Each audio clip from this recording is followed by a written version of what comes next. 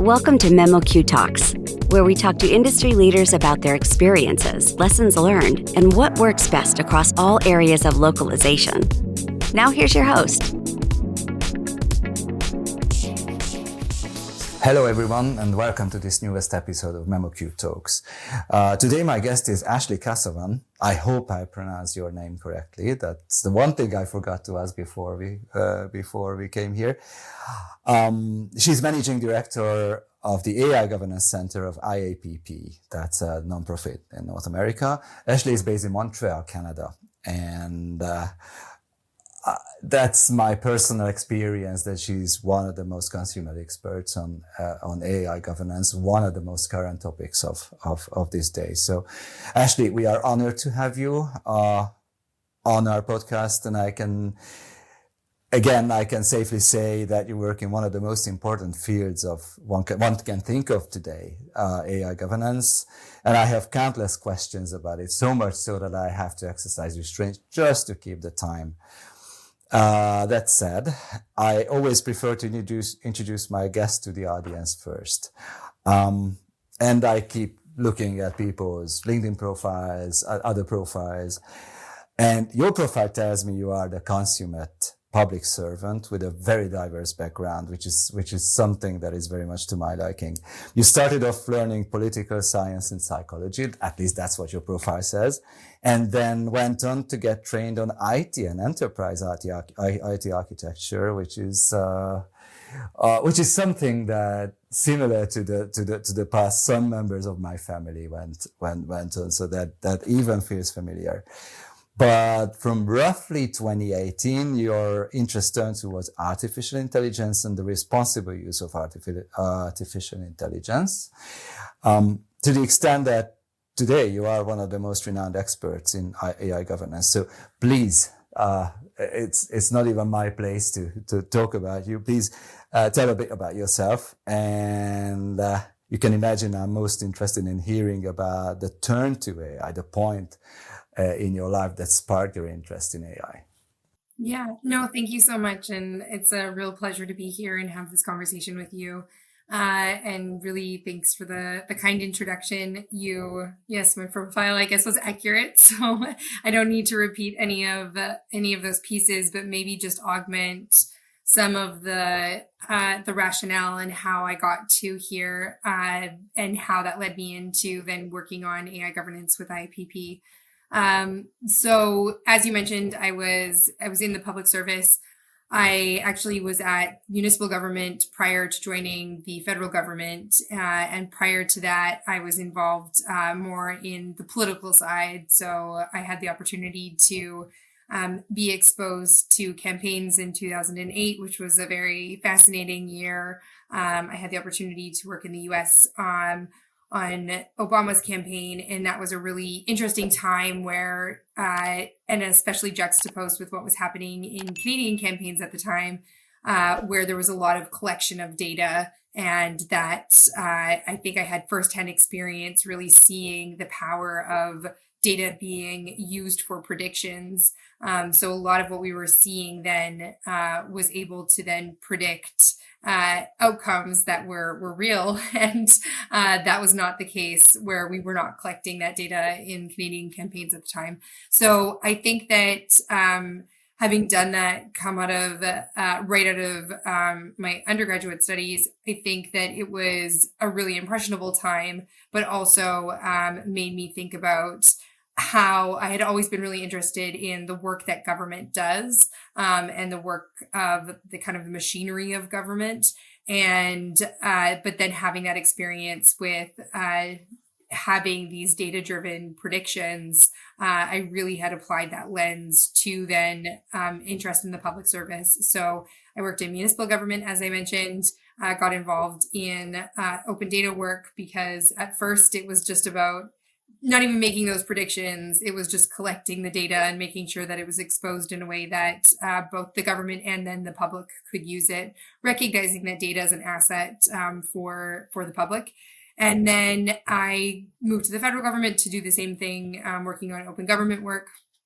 And then that made me see how, or gave me exposure to how government is managing and using data and information, and where that works sometimes, and then where there's challenges, which is why I got really interested in enterprise architecture. And then again, kind of with my interest in governance, I got really interested in how then that data is being applied to current technologies, which is how then I got involved in development of strategy and policy for government's use of AI systems. And so that's when in 2018, I started working on what is now the Directive on Automated Decision-Making Systems that the Government of Canada had. And that was one of the first risk-based policy approaches that we now see reflected both in, again, how government's using systems, but then in external regulations like the EU AI Act. So it was an interesting time to be part of all of that.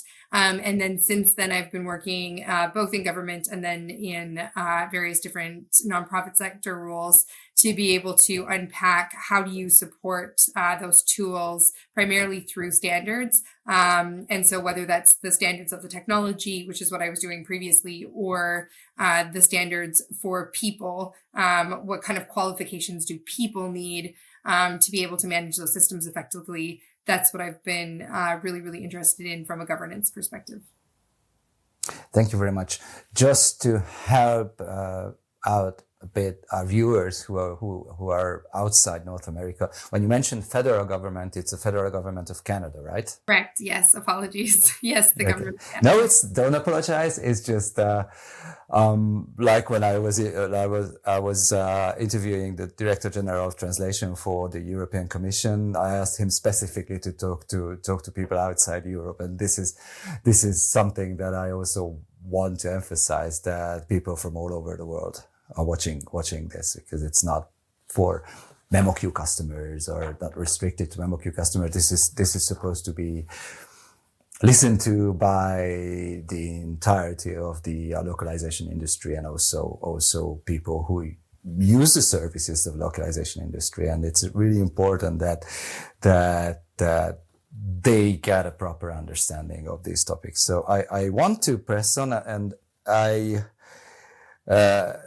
didn't know about your work with standards, because I would have gone into that, but that ship has sailed. So I will press on for more questions about AI governance. And I want to ask something very basic. What is AI governance, and why does the world need it, and who needs to practice? I think that many people define governance in different ways. And then when you add in AI, people define AI in different ways. And so that is where you have a lot of confusion. For me, simply, AI governance is the management and oversight of AI systems and AI programs, and whether that's within organizations, or that is thinking about the policy or all of the supports around how those systems are managed in society. That's how I think about it. I think maybe just to expand on that a little bit, similar to what I was saying about standards, and no worry, we can slip in some comments about standards, because I do usually anyway, is really thinking about then the types of processes or policies, processes, people, requirements that you need at an organizational level, at the technology level, and then at the people level. And so I think that those are just, again, expanding on how I think about AI governance. That's what I would include it as. Thank you very much. And this whole structure, this whole governance structure is there to ensure that AI is being used responsibly. All kinds of technology are being used responsibly. So we are talking about the ethics of AI, but pretty much every piece of technology, especially automation technologies, have all these governance and ethical perspectives. But when we are talking about responsible use of AI, what makes the responsible use of AI truly responsible? I guess there are principles which apply both to the models and the way they are applied to various tasks, but But I just have a feeling that there is more to this, and there is a kind of holistic way of looking at it that would kind of help us behave towards what we believe would be truly responsible. Yeah, maybe I'll just take a quick step back, and back to your last question in the second half of it, which is why do we need AI governance and who needs to practice it? I think that's a really good starting point for understanding responsible use of AI systems and kind of, I don't know that I would call responsible AI a movement, but there's definitely a lot of people that have been very engaged in trying to ensure that responsibility of systems. So in terms of why that's needed, it's because systems, when we're talking about they're machines, they're technologies, they're tools that have been programmed by people, and programmed with data, and that may have been fit for the purpose of that use that you were intending it for.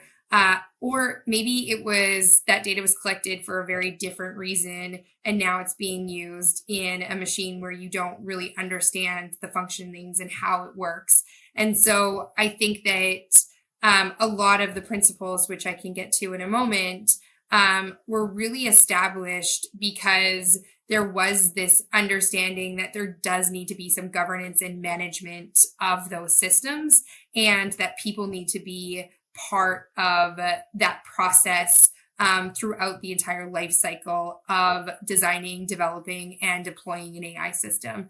And so from that perspective, when then you reflect upon, well, how would you want an AI system to, we see that there's a lot of promise and opportunity from this suite of technologies, I'll say. And so how do we do it in a way that's not harming people, that's ensuring that society and our resources are going to still continue to be maintained and made the better as a result of integrating this technology into various different systems, lines of business, and components of what we do on a day-to-day basis. And so how I think that, again, responsible AI practices are all about how do you use AI in a way that's going to improve and better the lives of everyone, not just a small select group of people. And a lot of that is related to then these principles that were created. There's many, many different frameworks. I think that there's been a convergence around the OECD AI principles, and I would encourage everybody, if you have not seen them, to go check them out. There are several high-level statements, and so it's not meant to be. There's a lot of interpretation that's required. It's not going to give you everything that you need to know how to manage those systems. But what they are these guardrails for, again, our kind of common contract amongst the AI community, those that are using it, those that are designing and developing it, like I was mentioning, and those that are governing it, to say, okay, we want to make sure, as I was mentioning, some of those principles include ensuring that these systems aren't being harmful, that they're not negatively or adversely impacting specific communities. And so that's where you hear a lot about bias come up. And so making sure that there's equitability amongst or parity amongst different populations that might be using these systems. There's principles often that you hear, again, OECD principles, but again, these are kind of common across the whole ecosystem, which are ensuring transparency in the system. And that can mean different things. In kind of 2018 till, I don't know, a few years ago, it seemed that everybody was really worried about the explainability of these systems. How do they work? How is that machine making a decision? How is it similar or different than a human? And that's kind of gone by the wayside. But what people do want to know is they want to understand when a machine is being used. And so that idea of transparency is just knowing, when are you communicating with a machine versus when are you communicating with a human?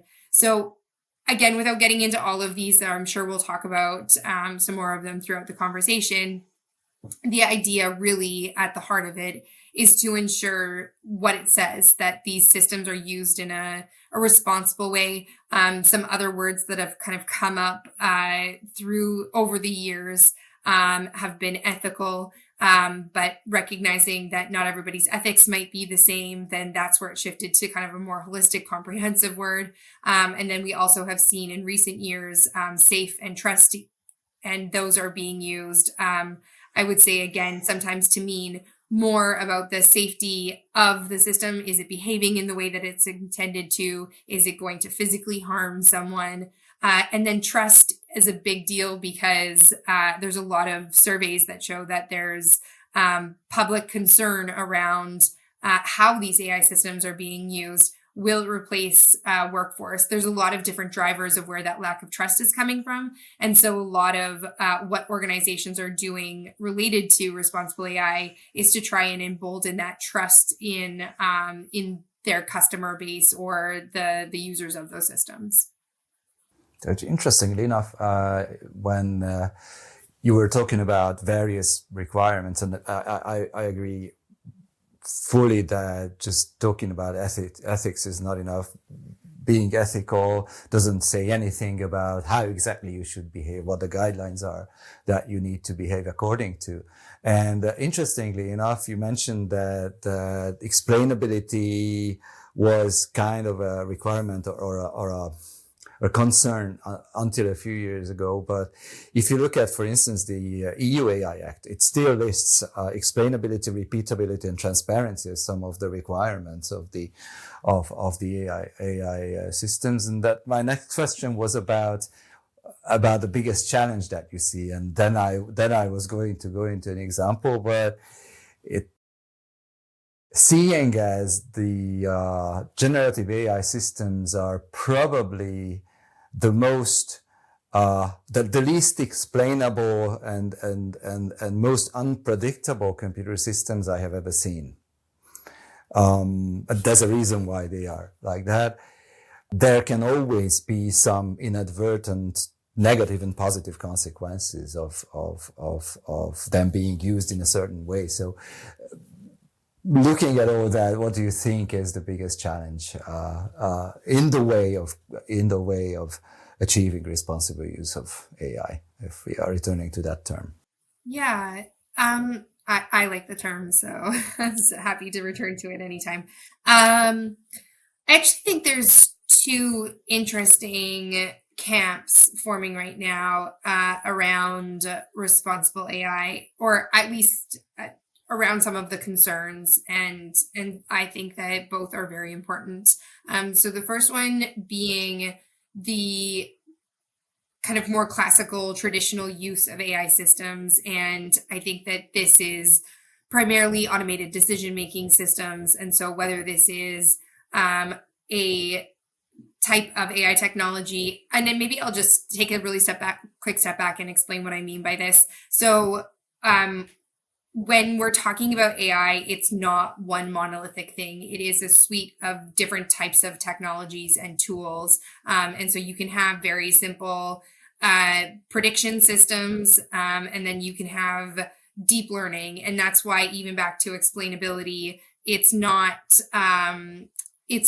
even though, yes, you're very right to say that there's still requirements for explainability. And when I say it's gone by the wayside, I more so mean there was a lot of concern around people wanting to know exactly how those systems were functioning previously. And then I think with more of these deeper learning models, there was the recognition that we're not going to necessarily understand kind of the step-by-step forensic output of how those models, or we'll never have that forensic output of how those models were working exactly. But we can understand and reason how they came up with that based on what those inputs are. And so, yes, different types of explainability. But I say this as an example to explain that because AI systems are not one type of technology, they don't all work in the same way. They all use different inputs.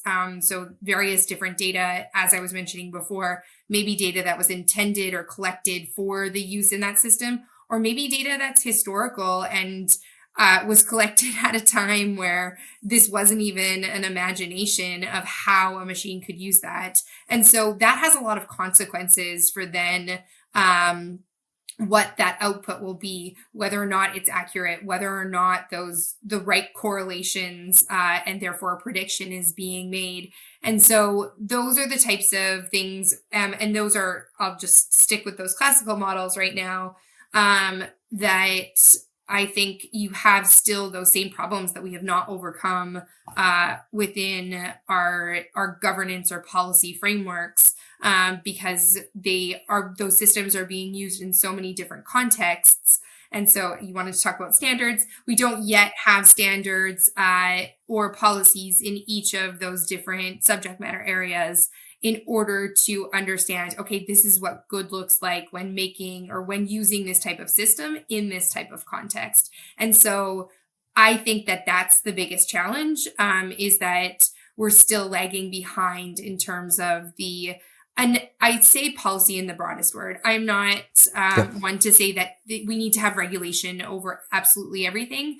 I think it's a suite of controls that could be a formal policy that's coming from a government, or it could be a best practice that's coming from an industry association that everybody within that community looks to. So it's just to have some common set of rules so that everybody within that community, again, when you're designing, developing, deploying, procuring these systems, you know what is good. So that to me is kind of challenge number one. I am, I guess, deeply concerned. I call them small cuts, but it's the things that add up over a period of time when a lot of users are being impacted, and a similar group of users are being impacted by those systems.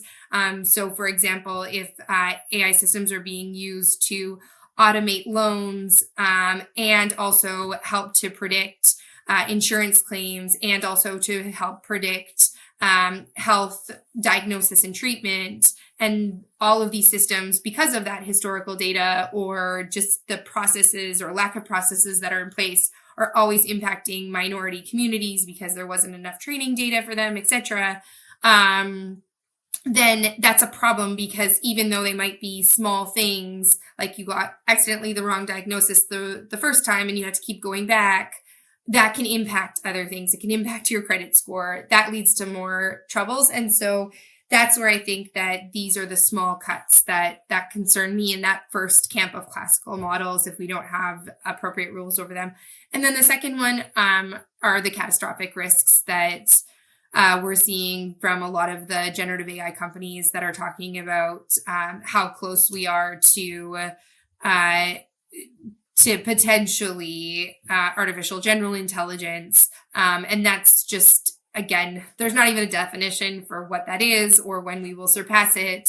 But I raise it to say that even in this last 6 months, but really a year, I've been really surprised, as somebody that's been following and using these systems for many years now, how quickly they've gotten so good. And especially these reasoning models, I think that we are going to have a lot of opportunities and companies are going to want to use them because they're going to be advantageous for companies. And so I think we really need to get some rules around how they're going to be functioning, what's acceptable, what's not acceptable. And I think that that's the kind of second category of stuff that, or of challenges that I'm personally concerned about, but I think that many others in this community are. Thank you. Yes, that resonates very, very strongly with me personally and the localization community as well. We have been feeling how best practices are indeed lagging behind the technological advances, and in the language industry, you can also see this kind of inequalities. While there is no clear guideline of what kind of translation automation strategy you need to apply to a certain scenario, and people in various organizations really have the tendency to just slap one generative model on all translation tasks, then you have to consider stuff like the training, half of the training data is English, and all the other languages share the rest. So the quality of translation that you can achieve from Turkish into Hungarian will be fundamentally different than, for instance, English into French if we are staying with Canada. And we also have been feeling that not only best practices, but research is lagging behind, because there was only so much time to conduct this research. So ChatGPT was published late 2022. It takes time and money and effort, and really a lot of human effort, to put together credible experiments that yield results that you can base practices on. And simply there was not enough time to conduct these. These are emerging, but not quickly enough to my taste. But I wanted to go into something more tangible. You mentioned the large AI companies, and there's one thing that people do, and obviously no, nothing is obvious here, because we don't know what comes next. But today's AI models don't do what. There's one thing that today's AI models don't do. They don't have the motivation to behave ethically or equitably. They don't have motivation, period. And because of that, and I'm talking about publicly available AI systems, so we bring this a bit closer to the audience, that they have certain content policies. And there's a bit of a controversy here, because there are systems, and I'm not going to name names, where there's next to absolutely nothing in terms of a content policy, and it will give you a recipe to conduct to build a bomb or to concoct a deadly poison. While there are some others, some of which I myself use. Hands up. I don't know how many hands we would see if we asked hands up those who never touched the public AI system, of those who are listening to this.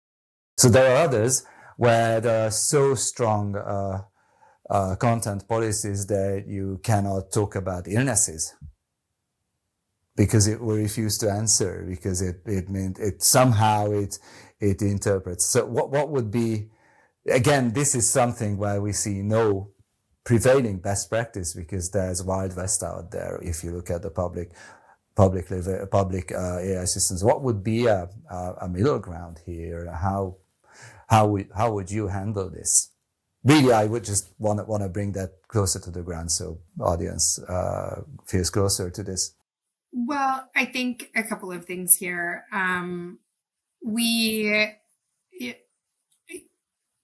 Back to AI is not one monolithic thing. I think that we have to understand how and when we're using these systems. So to your comment that they're publicly available, yes, they're a service, but it's also the same as we had these conversations when Google was first new into everybody's kind of conscious, and you can find information that might be acceptable to you in your context, and it might not be acceptable to other people in their contexts. People that have children, people that live in certain countries, or people that have certain different beliefs. And this goes back to the comment that we were making earlier, that technology and even the governance and management of it shouldn't intervene with anybody's specific ethics. And so I think that technologies and the companies that are running and building these technologies do have a lot of power, because they're putting these products out into the market. And so they, I think, should be able to determine what makes sense for them and their intended customer base, audience, etc. This is where I think that the government really, it's their role to be able to come in and put some boundaries or rules around what's acceptable, in the same way that we're seeing with conversations related to children's privacy or privacy in general is a good example. And so to what extent we do that, I think, again, is really context specific. It depends on which audience we're talking about, how we're using these systems. But I don't think that should just be left up to companies that are deploying these systems to kind of create those rules one way or another. And I also hope that those rules ultimately are informed by the public and civil society organizations providing input and feedback into those governance or policy development processes. Thank you very much. Yes. You said one very important thing, and I was just like replaying your answer in my head. That was the mention of power. So that these development and distribution of all these AI systems has a very, very strong aspect of power, which should not be disregarded. And that's one of the reasons in my view why these questions of responsible use, of ethical use, they are not easy to achieve. That there is some form of fighting involved. I'm being very cautious here, but this leads to my next question. I wanted to kind of turn the table and look at the training side of things, and I want to cite a case, a specific case that is playing out in the United Kingdom at the moment, where and I'm quoting the Guardian's reporting from mid-January, that the UK government wanted to ease up the AI copyright policies, allowing the use of copyrighted material by AI firms, provided they give copyright holders the ability to opt out of the training process, I guess. This is also a debate that has not finished yet, but this plan was followed with a very strong protest from pretty much everybody in the creative industries, saying that the only acceptable policy is an opt-in policy. And I just wanted to ask what your opinion about this is, and how you see this whole thing. There are lawsuits going on in the United States on similar subjects, and so where do we stand on this? How do you think this will play out? We don't have very specific rules. There's a lot of court cases currently underway. And so I think that we're going to start to see precedent that's being established by those. If they get settled out of court, we might not see the outcomes. But I do think that because some of this is being tried right now in many different countries, that best practices will emerge. What I will say is that I think that our current notions of, or currently how we've thought about copyright and other concepts like privacy in the context of more traditional or classic AI systems, let alone classic technologies, is very different than in generative AI. And so I think that opt-in policies and having consent in the same way that we saw it previously is ultimately going to change. Whether or not we can leverage technology to set individual preferences, I think that there's some interesting technologies that are looking at this. Google's creating something right now that might be able to manage this. Then that's possible. But once a policy or a rule becomes too arduous for the users, we see this with cookie policies. You sort of just scroll and press OK, but you are not necessarily reading or fully understanding what you're agreeing to, because your goal of acquiring that information or purchasing something is greater than that right or value for you. Or maybe you're in the small minority, that does read through those things. And I have certain boundaries in my personal life. My partner does not like using my phone because I have no location settings on, and Google Maps doesn't work very well as a result. And that's okay. I'm completely fine with it because I know the user experience that I'm having. I know the user experience that I'm missing out on, and I'm comfortable with that because that's the trade-off that I'm personally choosing to make. So I think what we'll see is we're going to land in a space that has some of those guardrails still, but ultimately it'll come down to a more personalized consumer choice, which then just the only thing that I would like to say on that is that I really, really believe that we need a lot more digital literacy generally, so that people and consumers and users within organizations, it's not just in my consumer day-to-day life, it's consumer or literacy within my job. What are these implications meaning for how I do my work? I think that is vitally important.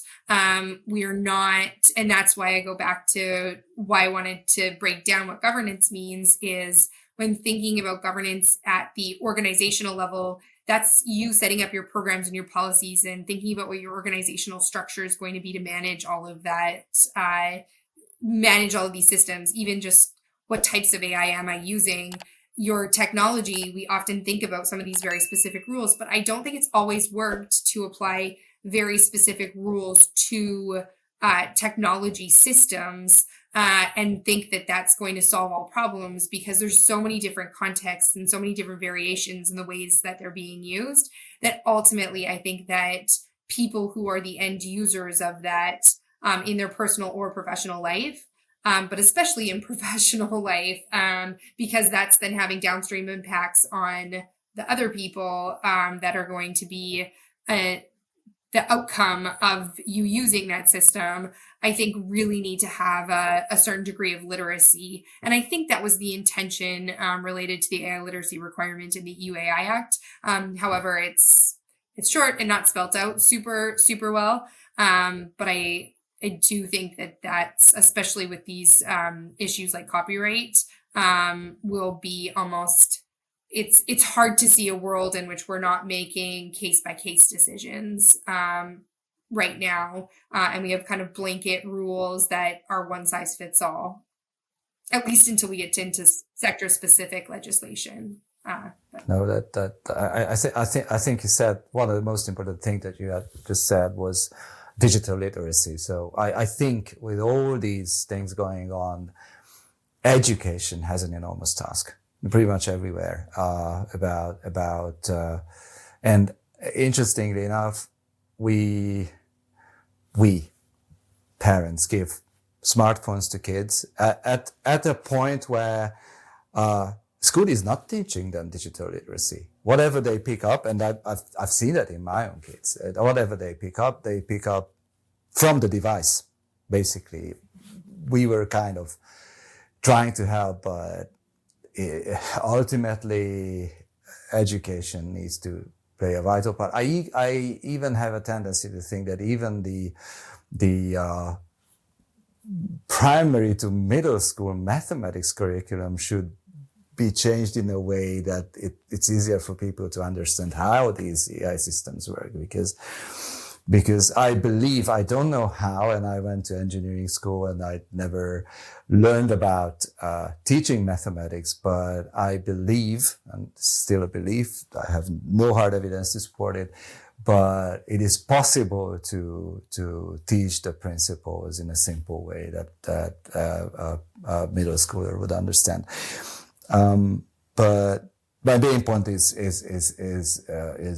that education has enormous task, and also today's adults, the practitioners of all kinds of professions need to be educated. And hence my next question. That's the last of my big questions here. Let's suppose I'm running a middle-sized technology or language company. It's a mid-sized organization, let's say 150 people. And I plan to incorporate AI in my processes, maybe even develop my own AI model or acquire my own AI model by fine-tuning a publicly available one. And I know I need to implement various policies about this, just like with information security or with data protection. I'm sitting here in the middle of Europe and we have GDPR, so it's I think you know what I'm talking about. Not only to comply with regulations, but also to remain ethical. But I don't know where to start. And I had this feeling because that we had this company, my company is 20 years old and we built up from, so I remember the times that it was the three of us. And many times we were just looking at regulations like, oh, there is this, we should be complying with that. How do we even start? And this is a real question. And this is a real question that small and medium-sized enterprises keep asking themselves. So how does one get into AI governance? Where do we start? What do we look at? And let's keep in mind that not everyone is a lawyer. Not everyone is a policy professional, because that's not what their company is built on. So, what do we tell them? So where do these people start? Well, I think that the good news is that there is a lot of information out there to help you that's freely available, that you can look up, back to what we were talking about earlier, start with the OECD principles for AI, and then really start, you can see various different resources that they have available on their site. As well as then that'll lead you off to, I think, some other organizations, including IAPP, that has a lot of governance related information for you. The challenge with that, so the downside of too much information or lots of information is, I guess, too much information sometimes. And so a lot of what we're seeing is that people don't even know to answer your question, or to the exact question that you have. How do you get started? It's overwhelming. It's really complex, and it's difficult to navigate. For that, I would say kind of find your organization, your people, and then make sure that you, again, get that literacy going within your organization, that you can start to acquire some of that knowledge. IAPP offers training for this exact purpose, training and certification that's generally for AI governance, so that it can help you to understand more, upskill the nomenclature that you're using, really understand some of the key issues, understand those principles, how you apply them, and then also navigate your way through all of this different information. As I mentioned, OECD, I think, does a really, really great job of not only setting the principles, but there's a AI governance tools portal, and so that's available to you. World Economic Forum has a lot. So look at these international organizations, and then also, if not too daunted by it, I really think that the EU AI Act is a great starting point for understanding it, all of the articles in advance, I'm calling it like the preambles, actually provide a lot of context and a lot of information for why some of these principles exist, what those objectives are, and then the requirements within it set out what that means, or how you would go about mitigating or trying to achieve some of those objectives. I think the challenge is with any of these things, they're one size fits all. And so we're not starting to get into sector specific. So that's where what I mean by find your community is within the language community, localization community, find people who are working on that, are sharing resources related to it, and start to share and build, I would say, a tool or resource library related to useful standards, best practices, frameworks that will be useful in that context. Thank you very much. Just to add to this, we will include links to some of these resources in the description of this video and the podcast. So, Yeah, so I do. Sorry, I'm gonna mention one more. I forgot. The DSIT in the UK government, you were just mentioning them, created an AI management. It's called AIM, AI management tool. I know that that's not what it stands for exactly, but AIME, and it has taken all of these different frameworks and made an accessible questionnaire out of it. Again, one size fits all, but I think things like this will at least start to provoke some conversations internally, even if it's the 3 of you, if it's 20 of you. It'll help really to, I think, get some bearings, and then you can start to do better searches or ask better questions within that community. Sorry for interrupting. No, it's okay. Thank you very much. It was very useful, and I do think that the important thing is that you should be looking at these things to find out what applies to you and what doesn't. That sometimes even that is not 100% clear, but the other thing that is really important, that you're not alone. And you can put your heads together with other people who are in similar situation, who will help you find out, and professional associations are also places to go about this. So thank you very much for this. I have one final question. Okay. I have one final question, because this is something I like asking my guests, because we are lucky enough, because I'm not the only host of this podcast. We are lucky enough to have people as our guests who are avid learners. Everybody is learning new professions, new ways of dealing with things all the time. So let me ask you, what are you learning right now? What is your next aspiration? Where do you want to get next? Where do I want to get next? In terms of learning, in terms of I don't want to let you down, but I have 22-month-old twins, and I am just trying to learn how to be a parent at this point. That's very important. As well as balance, I think, to the conversation we've been having, this ecosystem that I work in, I've stumbled into, is among, I think, the busiest, and kind of it's changing so rapidly.